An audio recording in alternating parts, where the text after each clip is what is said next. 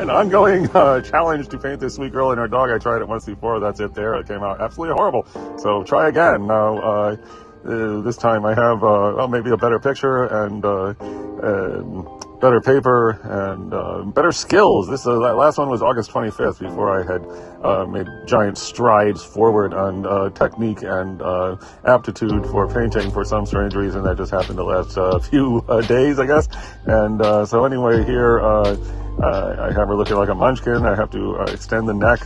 This is the the bad side of don't draw at first. So anyway, trying to make her body look more in proportion with the head. Didn't work out great, but a slight improvement in that respect.